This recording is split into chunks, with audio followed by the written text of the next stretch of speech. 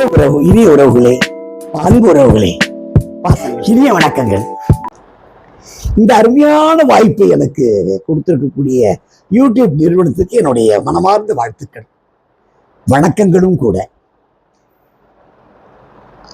இன்னைக்கு சொல்ல போற ஒரு கதை, அந்த கதையோட ஆழம் கல்வியை பத்தி தான். என்னை பொறுத்த வரைக்கும் என்னுடைய கதைகள் முழுக்க கல்வி, மேம்பட்ட ஒரு வாழ்க்கை, இப்படி மோட்டிவேஷன் இப்படித்தான் இருக்கும். இதுக்கு வரவேற்பு குறைச்சலா இருக்கா நிறைய இருக்கான்றதுல என்னுடைய இல்லை. என்னுடைய எண்ணங்களை வெளிப்படுத்துறதுக்கு இது இந்த யூடியூப் ஒரு பிளாட்ஃபார்ம். ஒரு அருமையான ஒரு கிராமம், அந்த கிராமத்துல ஒரு அழகான அருவி, அழகான அற்புதமான ஒரு ஏரி, என்ன அது பசுமையா இருக்கக்கூடிய அந்த கிராமம். இந்த கிராமம் பார்த்தீங்கன்னா, அந்த கிராமத்திலேயே இருக்கிறது ஒரு 50 குடும்பம் தான் மொத்தமே இருக்கும், கிராம தலைவர் உட்பட. கிராம தலைவருக்கு ரொம்ப பிடிச்ச ஒரு குடும்பம் அப்படின்னு சொன்னா குணசேகரன் குடும்பம் தான். குணசேகரன் எலக்ட்ரிக்கல் டிபார்ட்மெண்ட்ல ஒர்க் பண்ணிட்டு இருந்தாரு. அந்த ஊருக்கு ஏதாவது கரண்ட் ஏதாவது ஃபெயிலியர் ஆச்சு, எந்த நேரமானாலும் யாருக்கானாலும் உதவி செய்யக்கூடிய ஒரு பெரிய பண்பு, மாண்பு உள்ள ஒரு குணசேகரன். குணசேகரனுக்கு ஒரு நல்ல மனைவி, ஒரு பெண்ணு. அந்த பொண்ணை எப்படியாவது படிச்சு நல்லா ஆளாக்கணும்ன்றது அவரோட ஆசை. அவரை முடிச்சு பள்ளி படிப்பை முடிச்சு அதுக்கப்புறம் பிஎட் படிக்க வச்சு அதில் ஒரு ஆசிரியை ஆக்கி ஒரு டீச்சராகவும் ஒரு வேலைக்கு போறதை பார்த்துட்டாரு. நல்ல அம்மா, நல்ல அப்பா, என்னமோ சூழ்நிலை சந்தர்ப்பங்கள் அந்த ஒரு வாழ்க்கையினுடைய சுழற்சியில அவர் மின்கம்பத்திலிருந்து தவறி விழுந்து இறந்துடுறார். அந்த குடும்பம் ஆண் துணை இல்லாமல் இருக்கு. ஆனா அந்த அம்மாவுக்கு அண்ணன், மாமன், அதாவது அந்த பொண்ணுக்கு மாமன் இருக்கான் பாரு, அவங்க கொஞ்சம் கேர்டேக் பண்ணி இந்த பொண்ணை படிக்க வச்சு நல்ல இன்னொரு ஸ்கூல்ல டீச்சர் ஆக்குறான். பெரிய ஸ்கூல் அது. அந்த ஸ்கூலுக்கு போன உடனே அந்த தலைமை ஆசிரியர், இந்த பொண்ணு ரொம்ப அருமையான பொண்ணு, இந்த பொண்ணு பேரு விமலா. இந்த பொண்ணை பார்த்து ரொம்ப ஆசையா சந்தோஷமா, நீமா எங்க ஸ்கூலை எப்படியாவது நீ மேலே ஏற்றணும். எல்லா டீச்சர்ஸுமே நல்லா கோஆப்ரேட் பண்றாங்க. நாம ஸ்கூல் தான் 10th ரேங்க் ஃபுல்லா வாங்கியிருக்கோம். இது வரைக்கும் எல்லா ஸ்டேட்டை விட நம்ம தான் எப்பவுமே ஃபர்ஸ்ட் வந்திருக்கோம். நீ 8th எடுக்க போற, பார்த்துக்கோ அப்படின்னு. இப்பவே இருந்து நீ சரியா அந்த மாணவர்களை உருவாக்கினாதான் அவங்க 12th பெரிய லெவல்ல மார்க் எடுத்துட்டு வெளியே போக முடியும், நல்ல வாழ்க்கை அமையும். உனக்கு சொல்லி தெரிய வேண்டாம், உனக்கு எல்லாம் தெரியும். அப்பாவை இழந்தவன் நீ, குடும்பத்தோட வலி தெரியும், கல்வியினுடைய பெருமை உனக்கு தெரியும் அப்படின்னு அந்த அம்மாவுக்கே உரித்தான பாணியில அந்த பொண்ணுக்கு சொல்லி அனுப்புறாங்க. அந்த டீச்சரும் அங்க கிளாஸ் எடுத்து ஒரு 3 பீரியட் 4 பீரியட் அந்த பொண்ணு எடுக்க ஆரம்பிச்சிச்சு. நேரம் பார்க்கறது இல்லை, காலம் பார்க்கறது இல்லை. அந்த வகுப்பை பொறுத்த வரைக்கும் இவதான் கிளாஸ் டீச்சர். அந்த வகுப்பில் இருக்கிற எல்லாருமே பாஸ் ஆகணும். அந்த வகுப்புல பார்த்தீங்கன்னா மொத்தம் ஒரு 32 பேர் இருக்காங்க. பெண்கள் 12 பேர் இருக்காங்க. ஒரு 20 பேர் ஆண் பிள்ளைகள் இருக்காங்க, படிக்கிறாங்க. அதில் இன்னமும் ஒரு 5 பேர் மட்டும், இதில் ஒரு 3 பேர், அதில் 2 பேர், 5 பேர் மட்டும் சரியா வரல, படிக்க வரல. இன்னமும் மார்க் குறைச்சலா வாங்குறாங்க, ஒரு ஜிக்ஸாக்கா இருக்கு. சரின்னு அந்த பிள்ளை என்ன பண்றா, டீச்சர்ஸ் கிட்ட போய், ஹெட் மிஸ்டர்ஸ்ல போய் உட்காந்து ஸ்பெஷல் பர்மிஷன் வாங்கி ராத்திரி நேரத்தில் அவங்களுக்கு ஸ்பெஷல் கிளாஸ் எடுக்கிறான். ஊதியம் கிடையாது, அதே ஊதியம் தான். ஆனா ஒரு ஸ்பெஷல் கிளாஸ் போய் எடுத்துட்டு இருக்க. அதுல ஒரு பையன், ஜோசப்ன்ற பையனை என்ன பண்ணாலும் சரியா வர மாட்டேங்கிறான். இந்த ஸ்பெஷல் கிளாஸ் அதை இதை எடுத்து இந்த 4 பேர் ரெடி பண்ணிட்டான். அப்ப கூட இந்த ஜோசப் அன்பான பையன், பாசமான பையன், அதெல்லாம் குறையில்லை. என்னமோ ஒரு தடை, அது என்னன்னு தெரியல.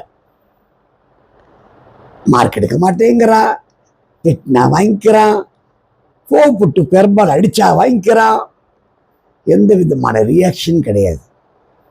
அப்படி சாதாரணமா சிரிச்ச முகமா இருப்பான். அந்த பையனை இவனுக்கு ரொம்ப பிடிக்கும்.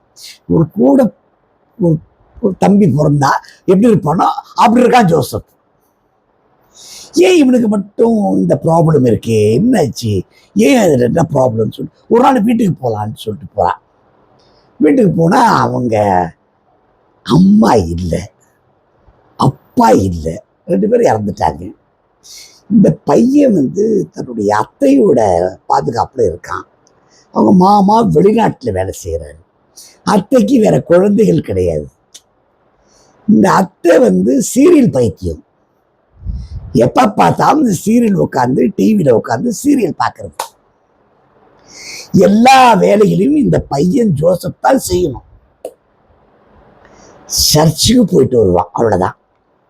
அன்னைக்கு சர்ச்சுக்கு போற அன்னைக்கு மட்டும் கொஞ்சம் ஃப்ரீ. மற்றபடி மற்ற நாள்லாம் ஸ்கூல்ல விட்டு வந்தோடனே பேக்கை வச்சுட்டு அந்த மாட்டு கொட்டா கிளீன் பண்றது, வீடு கிளீன் பண்றது, சாமான் தேய்ச்சி வைக்கிறது, ஒரு ஒரு வேலையால் செய்ய வேண்டிய வேலை எல்லா வேலையும் இந்த பையன் செய்யறான். அப்புறம் எப்படி படிப்பான், ஹோம்ஒர்க் எப்படி பண்ணுவான், நீங்க நம்ப மாட்டீங்க. ராத்திரி 12 மணிக்கு உட்காந்து ஹோம்ஒர்க் முடிப்பான். அப்படிங்கிற விஷயங்கள்லாம் அங்க போன பின்னாடி தெரிஞ்சுக்கிட்டான். ஆனா அவங்க மாமி மட்டும் என்ன சொல்லுது, இவனுக்கெல்லாம் எதுக்கு ஒரு படிப்புங்க, டீச்சர் நீங்க உங்களுக்கும் கஷ்டம், அவனுக்கு படிப்பு ஏறல, அவன் மார்க் ஒன்றும் வாங்கல, 2 தடவை ஸ்கூலுக்கு கூப்பிட்டாங்க, நானும் போயிட்டு வந்தேன், நான் வேணாண்டா இதை பைய தூக்கி ஓரமா போட்டு வீட்டு வேலையை பாருன்றேன். என்னமோ தெரியல, அவன் அவன் அடமா இருக்கிறான். நல்ல பையன்தான், அவனால பிரச்சனை ஒன்றும் கிடையாது, போறது திம்பான், இதுதான் வேணும் அதுதான் வேணும்னு கேட்க மாட்டான். எல்லா விஷயம் கேட்டு அப்படி வரா மாட்டுக்கொட்டை உள்ளார வேலை செஞ்சிட்டு இருக்கான். ஸ்கூல் பை அந்த பை ஓரமா இருக்கு. எல்லா சாணியிலையும் அள்ளி ஒரு கூடையில போட்டு ஒழுங்குபடுத்திட்டு இருக்கான். மாட்டுக்கோட்டையை அந்த 1/2 மணி நேரத்துல படிச்சுன்னு ஆகிட்டான். இவன் நான் வந்ததும் தெரியாம போனதும் தெரியாம ஜோசப் தெரியாம போயிட்டான். போயிட்டு ஹெட்மாஸ்டர்கிட்ட போய் விஷயத்த சொன்னான்.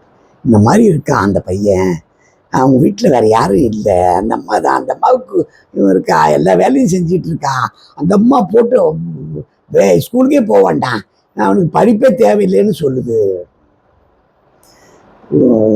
ஹெட்மாஸ்டர்கிட்ட சொல்றாங்க, நான் ஒரு உபாயம் சொல்றேன், நீங்க தப்பா எடுத்துக்க மாட்டீங்களே, அவங்க ஒரு வேலையால் வச்சுக்கலாம், தப்பு கிடையாது, இவன் படிக்கட்டுமே, நான் வேணா என் தம்பியா நான் தத்து எடுத்துக்கிறேன், அதுக்கு அவங்க ஒத்துக்குவாங்களான்னு எனக்கு தெரியல, நீங்க வாங்க போகலான்னு சொல்லிட்டு ஒரு பால் ஹெட்மாஸ்டர் கூப்பிட்டு ஒரு நேரம் வருது. வந்த உடனே இந்த மாதிரி விஷயத்த சொன்னேன். அது எங்கே போனாலும் கவலை கிடையாது எனக்கு, அந்த பையனுக்கு அம்மா கிடையாது அப்பா கிடையாது, இங்கேயே ஒரு பாரம் தான் வச்சுக்கங்களேன், நான் ஒரு நல்ல அருமையான வேலைக்காரி வச்சுக்குவேன், எங்க ஊர்ல இருந்து கூப்பிட்டு வந்துடுவேன், இவன் இருக்கிறதுனால சரி வேலைக்காரி எதுக்குன்றதுக்காக பார்த்துட்டு இருக்கேன் நான், உனக்கு தம்பியா வேணா விட்டு போ, எனக்கு ஒன்றும் ஆட்சேபனை கிடையாது, உனக்கு ஏகப்பட்ட மகிழ்ச்சி அந்த பொண்ணுக்கு, டீச்சர் பொண்ணு, நான் தம்பியா தத்து எடுத்துட்டு வந்து 8th 11th +2 முடிச்சு அப்படியே ஐஏஎஸ்க்கு போய் அப்படியே அடுத்தடுத்த ஸ்டெப்புக்கு போயிட்டு அந்த மாநில கலெக்டரா உட்கார்றான். இவ்வளவு பெரிய பெருமை அந்த பொண்ணுக்கு. ஒரு டீச்சர், சாதாரண தகப்பனை இழந்த ஒரு டீச்சர், தாயாரையும் காப்பாத்துறோம், தம்பியா ஏத்துக்கிட்ட இந்த பையனையும் ஜோசப்பையும் அரவணைச்சு அவனை படிக்க வச்சு அவன் முழு கவனத்தையும் கல்வியில செலுத்தி, உனக்கு எதிர்காலமே கல்விதான் வேற ஒண்ணும் கிடையாதுன்னு சொல்லி அவனை மாநில கலெக்டரா மாத்துறான். கல்விக்கு அவ்வளவு வல்லம் இருக்குங்க. என்னுடைய இனிய உறவுகளே, பாசங்களே, பெற்றோர்களே, நீங்க யார் கேட்டாலும் சரிங்க, தயவு செஞ்சு உங்க வீட்டு பிள்ளைகளை நல்லா படிக்க வைங்க. கல்வியில அவங்க மேன்மையா வரணும், கலெக்டரா வரணும்னு அவசியம் இல்லை, மேன்மையா வரணும், ஒழுக்கமா இருக்கணும், சுயநலம் இல்லாமல் நல்ல தன்னலமற்ற ஒரு சூழ்நிலையிலே அவன் வளரணும். அதுக்கு நீங்க தான் கூட துணையா இருக்கணும். உங்க வாழ்த்துக்கள் இருந்தால் அவன் நிச்சயமாக வளருவான். எல்லா பிள்ளைகளும் நல்ல பிள்ளைகளாக வளருவார்கள். வாழ்த்துக்கள். நன்றி, வணக்கம்.